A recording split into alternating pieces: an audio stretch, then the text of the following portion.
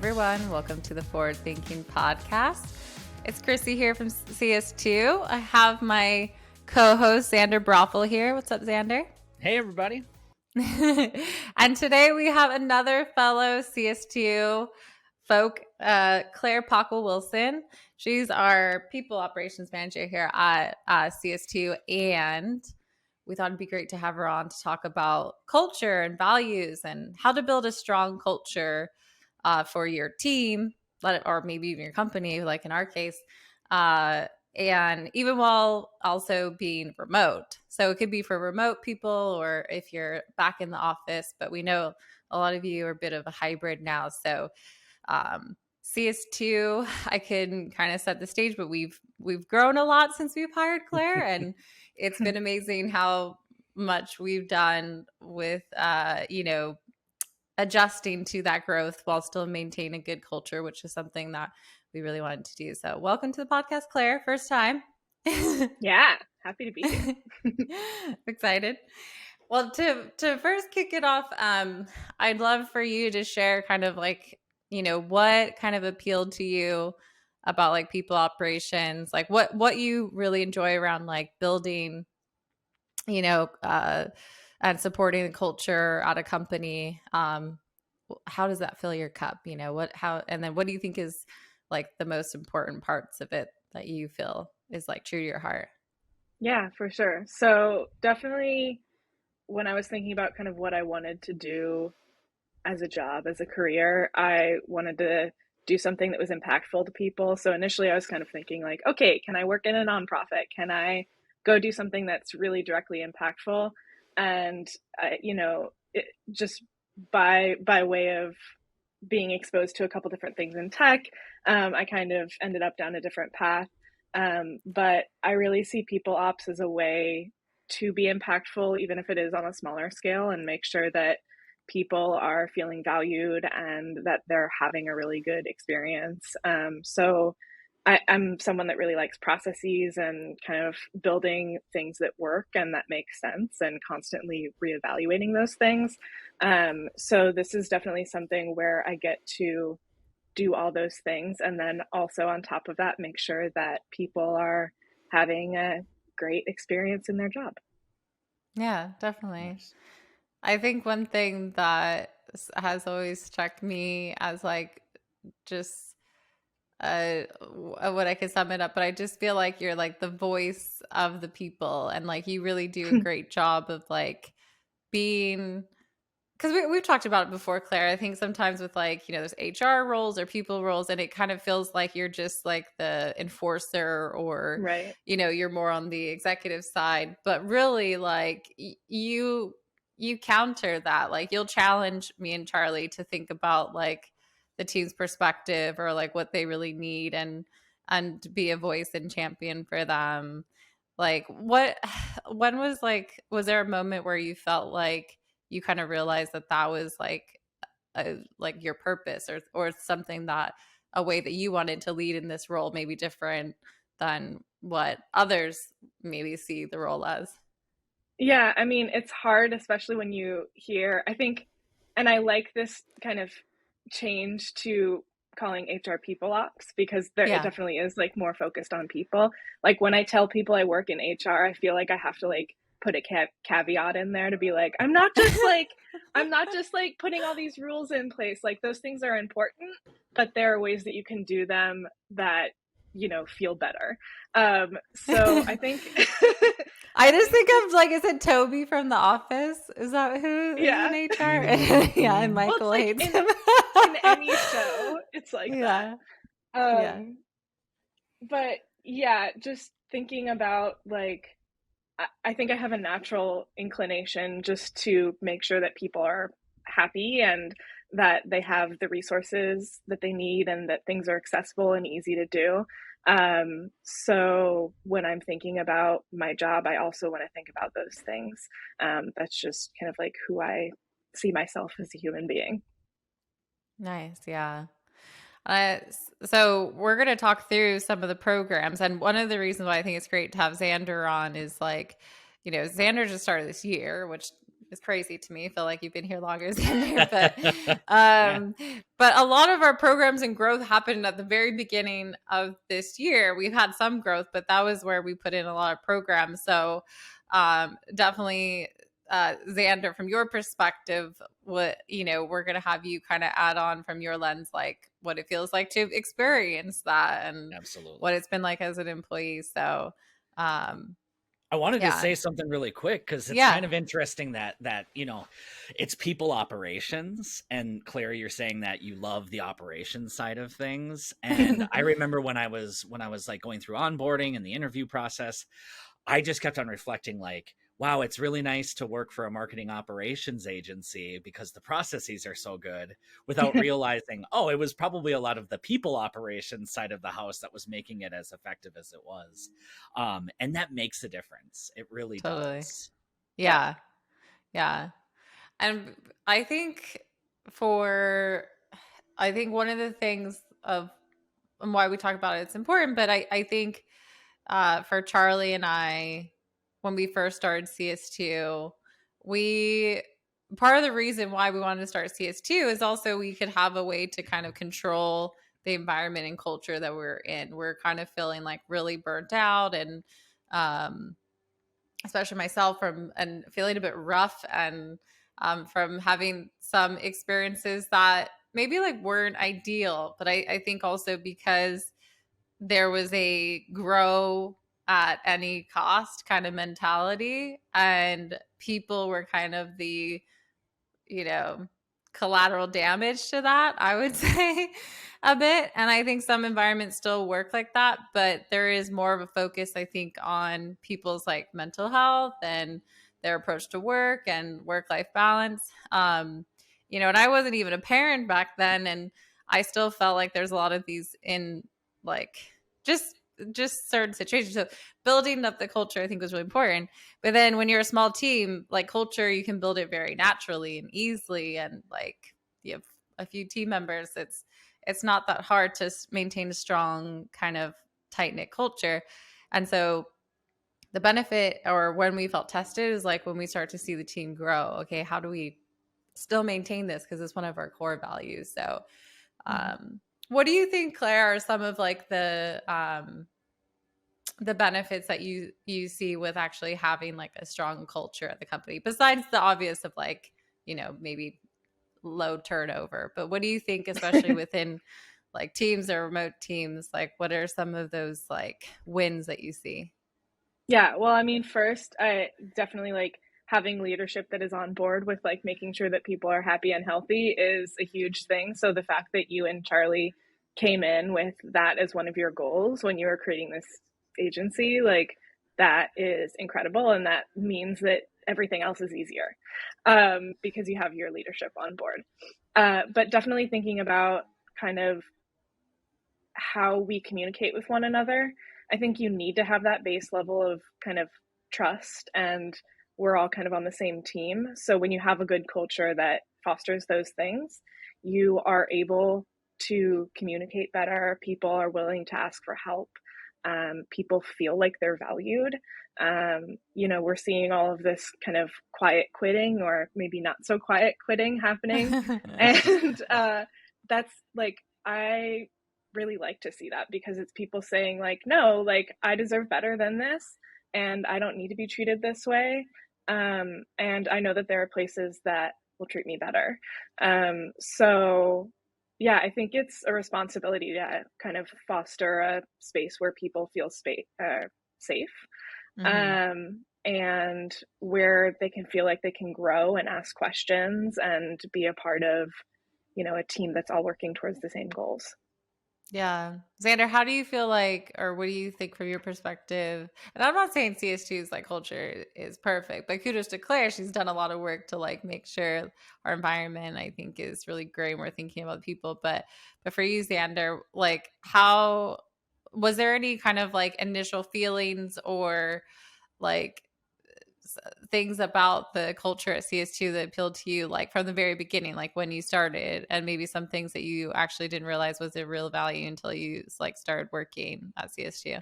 Yeah, I think just having that open space to be able to ask questions and not ever feel like you're asking a dumb question.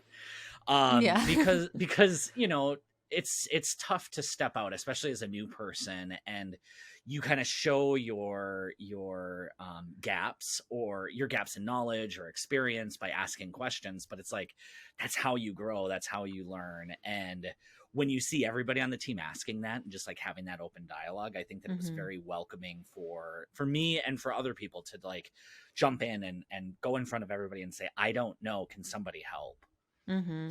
Yeah. That was definitely like the most obvious initial thing. I think that the value that has really shown itself to be probably the most powerful is just the level of trust that the team Mm. has for each other. Um, Hmm. we're all accountable. We all, we log our work, we do all of these things, but at the same time, like, I know that the team trusts each other to make good decisions. And Hmm. when those decisions, sometimes they fall flat, maybe it's not a successful decision that you made, but we trust each other to pick each other up and continue to move forward. Yeah, definitely. And that's definitely one of our core values is trust and transparency, because I feel like you can't really have one without the other. Yep. Yeah. And transparency was definitely one that I really struggled to see any transparency in organizations I was in. And the closer I got to like leadership positions, I was like, wow, there's like no transparency. I'm being told to tell my team something to keep them motivated, but then I also know that there's some other things going on, you know? And so I think people probably don't realize, like, from a like transparency perspective, like people want to know like where, like, what they're working with, even if it's something hard, like going into COVID. I think we both both of you weren't there at that exact time, but Charlie and I addressed it head on. We're like, this is our plan, like A, B, C, D, E, F, G, before we let anyone go, and we just want to let everyone know that, like, we're gonna get through this together, and this is what we're gonna do. And like, we made sure everyone's voices got heard on like how they were feeling. And I think that's really important, because as a leader, you want to show that like you have a plan, but also say like, I'm going to do the best that I can to make sure that like the people are protected first. But no, it's hard too. Like, we don't know what's going to happen. And so I think having that open dialogue and transparency, and being able to show vulnerability to like not only your team, but if you're a leader, like other people at the company, I think just kind of permeates then for other people to do the same thing and really trust each other. So Yeah. um, cool. Well, I feel like we should dive into some of our awesome programs that we've built, because one of the things that has always kind of happened as we like added team members is like stress tests to what we do, our operations, and we're pretty agile and nimble, but we have like developed programs. Most of them have been launched, pretty much all from Claire, or she's taken existing ones and made them better. So maybe we first talk about recognition. So, yeah, Claire, maybe talk a little bit about recognition, maybe like what you saw at first at CS2 and how we've evolved that, and what you think some of the benefits are. Yeah. I think like I came when we were 9 people, so Yeah. bigger than we once were, but not as big as we are now. So I think it was like just getting to that point where maybe you were working a little bit more in silos. People weren't necessarily talking to every single person on the team every single day. So it was about kind of making sure that the work that people were doing was being recognized. I know that I am definitely not someone that will raise my hand and be like, I did a great thing. Um, and a lot of people on the team are also like that. Yeah. It can be hard to kind of cheer for yourself. So, creating ways for people to do that for others, especially since we do work closely together, was really important. So we have forward thinker of the month, which is kind of like our employee of the month. where we sit down and we say, okay, who made a really great impact this month, or who Mm-hmm. improved or learned something cool. And we make sure that we're kind of passing that responsibility around. It's not like the same person every month or anything like that. Making sure that everyone kind of gets a chance to be recognized. And then we also have a tool called Hey Taco, which I think we all love. Yeah. But it just allows you to give tacos to people, virtual little tacos in Slack. Are they And then hard shell or soft shell? it's whatever you want, Xander. Okay, good to know. Dealer's choice. What about a double? They needed like a double decker one or something. Exactly. Yeah, like a Dorito, whatever those Taco Bell ones are. Yeah. Yeah, but just making sure that people know how that system works. You can give 5 tacos to people, so we use them as bonuses sometimes, because you can go on the back end as well. But just, yeah, it's a fun way to make sure that people are recognized. And then, I mean, on our calls, I think too, if people are going above and beyond, we're also just recognizing people. So it's really a part of like the way that we work. I think the people that we've hired to have a natural inclination to kind of make sure that everyone's getting seen for the work that they're doing. Yeah. Being on like the giving side and in the recognition, like what do you, and I mean, I think a lot of people are hearing this and being like, you give out tacos? Like, how is that important? But can you describe, Xander, from your perspective, how you see that being like a cool thing to use, and what you see as like a benefit? Because I do think it's like, unless you're in it and using it, you don't realize like, oh, how is this valuable, Yeah, I mean, it's very similar to a lot of recognition tools. I've used others in the past. What I love about this is it's a tool that's built on Slack. So you're sending emojis that are tacos, and you can send a single taco emoji or up to 5 per day. So you have a limited bucket. So, it's actually kind of interesting. We've talked about like, I wish I had more tacos to give. But what's nice is that in a given day, you have up to 5 times to truly recognize somebody. And it's about the message that comes with that, right? So you would mention Claire, Taco, thank you so much for, prepping that meeting and doing that great group activity. And then everybody kind of goes into the thread and starts commenting on it as well. And it's just like when it's ingrained, like it's in a system that we're all using. It's Slack, so it's super visible to the team. It's cross-functional, so it's not just giving it to your direct report or to your boss, but like everybody across the team starts to share it with each other. And even people who aren't involved, like, you'll just get the like, hey, good job, way to go. Like that also still feels good because that you're getting that recognition across the team, and you're also giving that recognition across the team.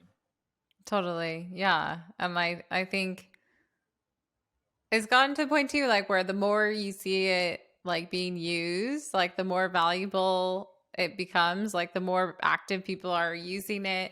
It's almost like second nature for everyone now. Yeah. And like the nice part too is like I don't know, you get a pulse on like, oh, what are the amazing things that people I don't even really work with day to day are doing? Like and I think in especially remote teams, it can feel pretty isolating sometimes, like being in your silo, or sometimes different members of the team are maybe highlight a bit more just because their work is more visible. We even struggle and figure out how the ways we can combat that, because like we even see it, right? Like a director, people managing the day-to-day accounts can get a lot of recognition because like they're managing that account, but there's a lot of work the rest of the team is all doing to support every account. So that's what I love about Hey Taco specifically, but also our Forward Thinker, because it puts people in the limelight, but also highlights and gives everyone an idea of like, oh, this is the value this person's doing. Just because I don't work with them or work really closely with them doesn't mean I don't like see them and see their true value. Mm-hmm. So I love that.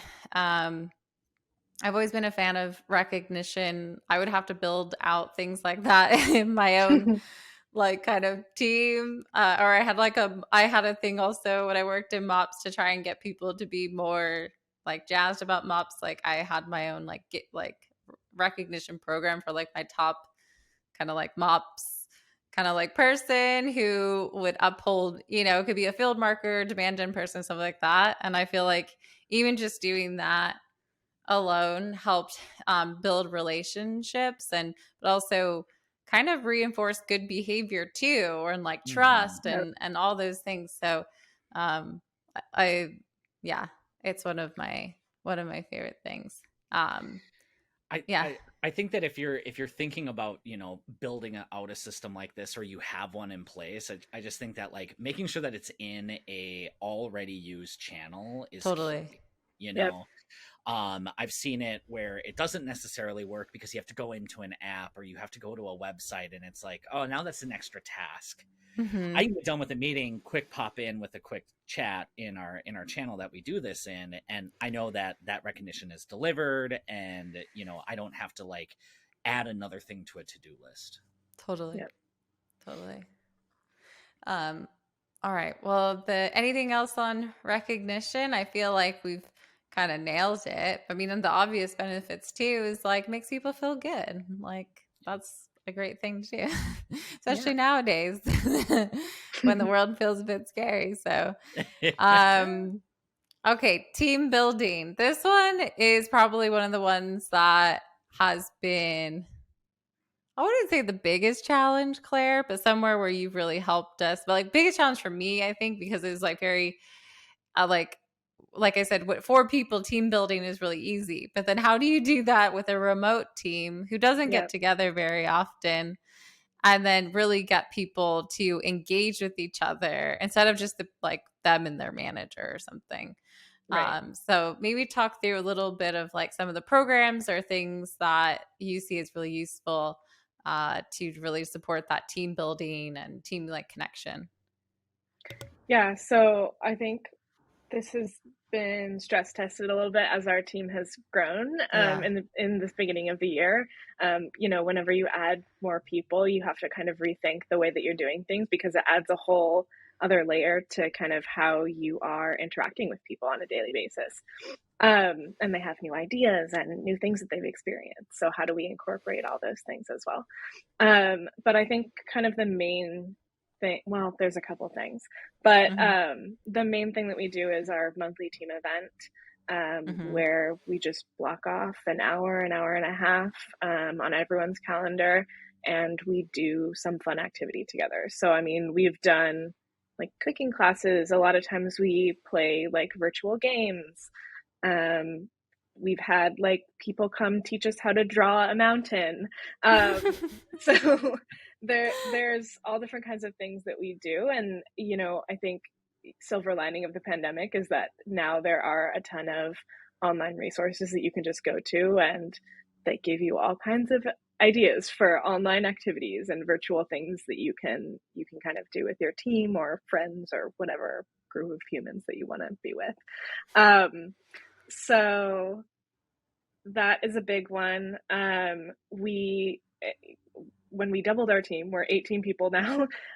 When we kind of got to that point, we said, okay, like now we have people on different teams, and they're not necessarily working on the same clients. They're not necessarily seeing or interacting with people. They're maybe a little bit siloed on their own team. So how do we get people to just know their coworkers?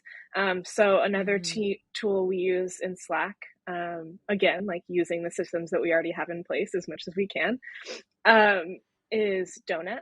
So I think it's every 3 weeks we have our little donut bot pop in. We have a lot of food tools, I'm just realizing.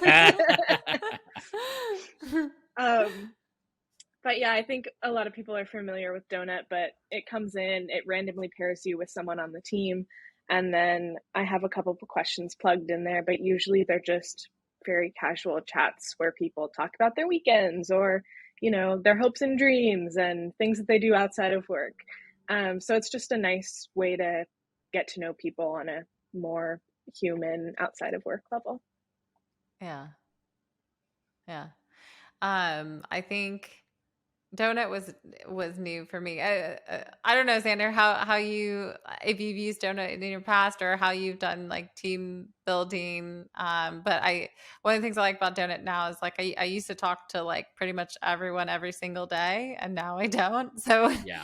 I feel like it kind of supports like just having a chance to connect with someone on a like human level than like, hey, what are you doing with this thing? Or like have it be so work related. But yeah. Yeah, I mean, so before I had used Donut, we tried to build this thing manually. So we had like an Excel spreadsheet with I think 100 people signed up for it, and we were using random numbers trying to pair each other. It was Wow. awful. It worked for about a month, and then you were like, I can't repeat the same person.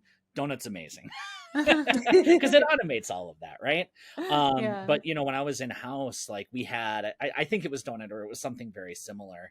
And it was nice because I'm in marketing, so I was pretty close with the marketers, but to get paired up with somebody on the product team, all of a sudden you're learning a little bit of what's going on in the product, or you get paired up with somebody in support. Now you start to kind of get a better feel for like what our customers are feeling. So Yeah. there's a lot of like, it's great that you can learn a little bit more about people, but even when it falls naturally into work, it's nice because it's cross departmental, and so like you're learning new things and you're enriching that side of things as well. Yeah, for sure. Yeah. I think that with the remote culture too, I think it's even more important to like we don't have like water cooler Yeah. Yeah, conversations. I mean, I think that's obvious to everyone now. If you are in hybrid, you probably do, but it's like more like how do you replicate those moments which are great. And it's not going to it's not going to be as natural. It's not going to be as like regular, but just trying to kind of replicate that same experience I think is really good. And then I think the team activity, the thing that is most interesting, like, and I don't know what you guys think too, but like honestly, sometimes even the simplest things, like when we play whatever, like some of the like Yeah. games, like what's the last game that we played We on did code names. code names, and like something as simple as that, like the team like loves, and so it just proves like you just like you don't need to put up this like huge like event and virtual thing and yeah, whatever to get people connected and having fun. Yeah. I think too, like we do like try to meet in person too. It is harder Yeah. since we're all across the United States. But like, how do we foster those kind of in-person conversations when we are not together? Um, yeah. Totally. What do you think some other programs just around supporting the team or making them feel supported that you feel that we put in recently that you think have a big impact? Yeah, I mean, our GeekBot, another Slack tool, checks in with people every Monday and Friday to kind of see where their workload is at. That's kind of more tactical, but it helps us kind of check in, see if anyone's overworked or underworked, and make sure that we're distributing resources correctly. Uh, we have our question of the week too, which is also run by Donut, actually.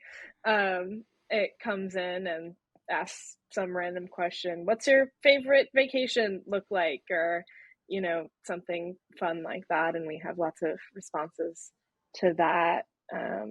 Asking about people's weekends. Like a lot of these things are not hard or like over engineered. You just have to kind of make sure that you're doing them. Right. Because I think people want to share what they're doing outside of work, but you sometimes it's weird to just post in a random Slack channel or just share something that's happening. So creating ways in which people feel comfortable to do that, and where it's very normal and people want to see what you're doing outside of work as well. yeah. Yeah, Totally.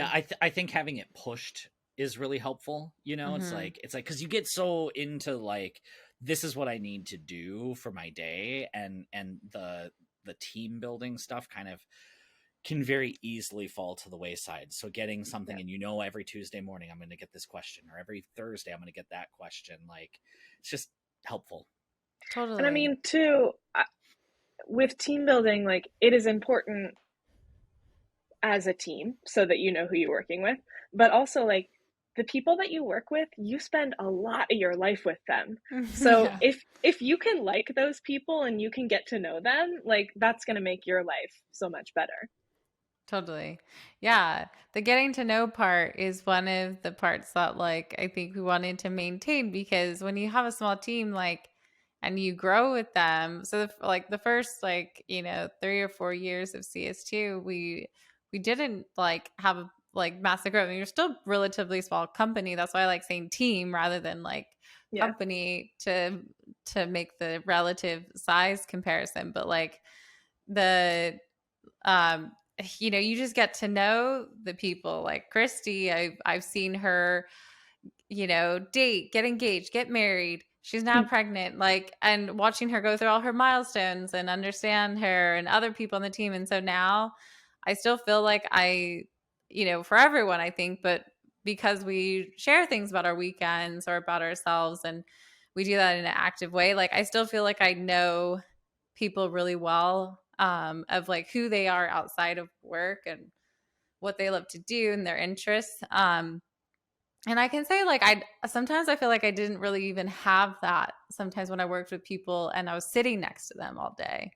I Yeah. sometimes I didn't even know what like their Yeah. kid name was, or like what did they like to do on the weekend, because there wasn't those like, unless you then worked really late with them or on a project or something, like maybe you have those moments of downtime where you can laugh and chat with each other. So but I feel like I don't like saying that companies or teams need to feel like a family. I don't think that we should feel like we're family, but we should like, you know, knowing each other outside of just our work selves, I think just helps us, just like you said, build that trust with each other and understand each other. And like you said, like you spent a lot of time with them. So like having that closeness, I don't know, just makes things feel better. You're dealing with a human, not just like a Yeah. coworker or a name on Slack. Yeah. And I don't think it's for everybody. I mean, you're kind of alluding to that, right? There's a lot of people who are like, I just want to clock in, do my job, True. Right. and leave. It's not really the culture that we have at CS2. Like, I feel like almost everybody is engaging in this type of behavior, and maybe it doesn't work for everybody. But again, it's not that we have to be everybody's friends, but like if we can No. be friendly with each other and get to know each other a little bit, you start to treat each other more than just a face behind a screen, and you treat each other as humans. Right. Yeah. And what we do, like I would say, can be challenging. We're Yeah. solving problems and we're doing these really deep technical things and we're stretching ourselves. So, like, if anything, can we control how we all feel like when we get, when we do sign on, and supporting each other, making people feel happy about that part? Because, yeah, you're gonna have times where you're like, you make a mistake and, that doesn't feel good, or like, a client's having an issue. Okay, let's deal with that. And also it helps like we can maintain our culture, and then maybe if we're seeing some other things on the side of people feeling frustrated, like it rubs off on our clients. I think it helps us get them into more positive mental space and be their reprieve from maybe some of the stress that they're feeling. So that's something that I've always thought is super important. Okay, last thing, because we don't have a lot of time left, but learning and development. This is something that CS2 takes like really strongly. It's one of our biggest things. We always like seeing people grow and learn, and in this world of revenue operations, marketing operations, like could there be any more things that you need to know? I don't know. So how do we help support folks through their learning and development? So what are a few things, Claire, that you think like has really been supportive of them? Yeah.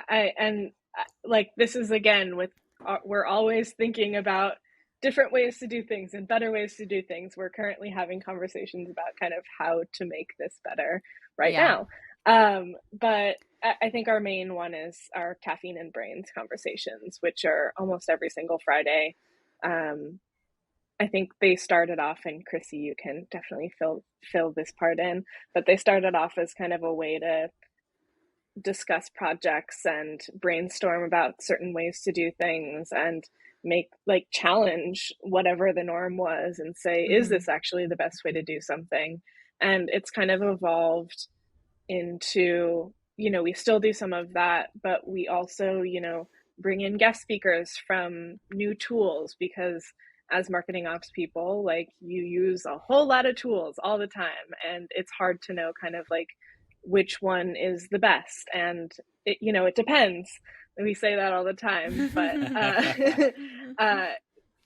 having access to this information is really important. So that's definitely one of the things. And I think we've said before too, like, we know that people probably aren't going to stay at CS2 forever and ever and ever, but we want their time here to be the most growth that they can have in their career when they're here. We want them to learn and grow and create pathways for them to do the things that they really want to do. And, there's always going to be certain things that you don't necessarily want to do in your job. But how do we maximize the things that you are really interested in and get you more experience in that? So, I mean, we're having conversations like this all the time where we're saying, we're noticing a skills gap, or we, like, maybe someone on the team really wants to get Marketo certified. Like, how do we make sure that they have those resources to do those things? Yeah. I think to kind of add on to that, and it's not even like, oh, even if someone did want to stay at CS2 for like, as long as they can, how can they still grow is also something that I think about, because you don't want to like outgrow your environment either. So always thinking through, okay, how do you develop paths for people, make sure that they're growing in their career at like the rate that they want to, or that they can, right? Like, I think sometimes we're forced into these, I don't know, hierarchical kind of norms, I would say, within organizations. And so we're figuring that out too. How can we just create paths for people to grow and do good work and just continue to do that? And then that it aligns to like what their strengths are.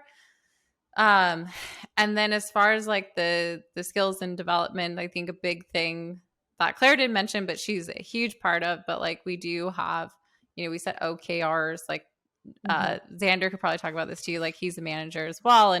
But we do monthly one-on-one, sometimes for some folks more than that, like bi-weekly one-on-ones, but we do quarterly OKRs. And a bit of that is tied to your current job, like your hours that you do, and skill development, being part of something like leading a caffeine and brains, and all of that, I think is super important to stay focused on, so you can like track that growth.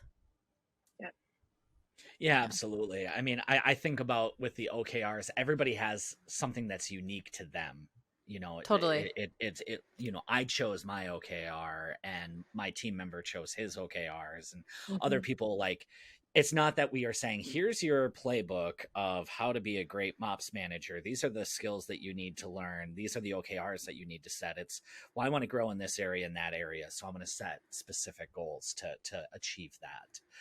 And then we track it, and we, find if there's something that's blocking you from being able to do it, and help support that way. Totally. Yeah. I think some of the things too that, Claire, you haven't mentioned, but you've also helped put in, but like, even, and from a management perspective, I think in some ways, like, how do we create like standardization, but still like have people feel supported? So you mentioned GeekBot.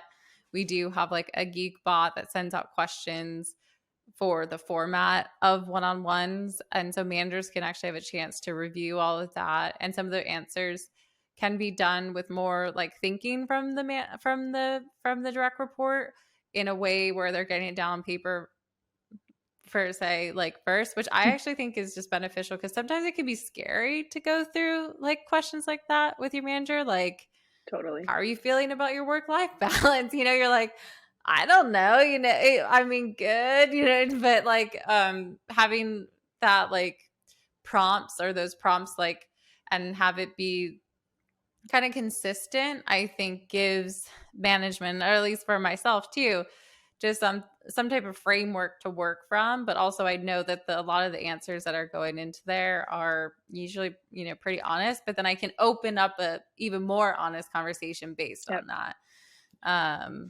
Which Yeah, and I mean, it just makes the time valuable. we have those questions go out, a week before the one-on-ones usually. So Yeah. it gives enough time to kind of make sure that you're thinking through those answers. But also for managers to read through those answers beforehand. I've submitted things before where I've said, oh, I'm stressed about this thing, and I've like immediately gotten a response back to say like, I don't want to wait until you're one-on-one to talk about this. So it is super helpful to kind of like have that feedback going. Mm-hmm. Yeah. Feedback loop for sure.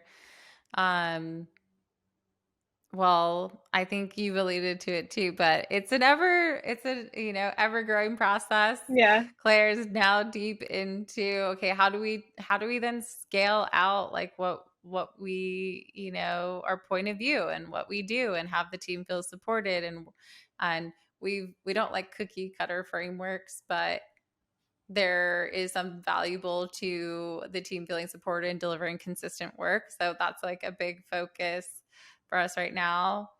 But I would say maybe Claire, like you might have some final statement too, but I think one thing that I think is the real value is like, even if you're a small company, or even if you have a small team, or if it's just your team, like thinking of ways that you can just like constantly improve and like even get those feedback. I know, Claire, one of your favorite things is our survey out to our team that's anonymous to get their feedback too. But I think learn from your team, make adjustments, put in process. Maybe you think, oh, this is too much for the size of this team. Well, now, but like what happens when your team grows? And so that's been a learning experience for us. Like, and I think has been useful because I think we punch above our weight now in terms of like all of the systems and process that we do have to support the team for our team size. Yeah. I mean, it's really just knowing like this answer might be the best answer for right now, but tomorrow it might not be the right answer.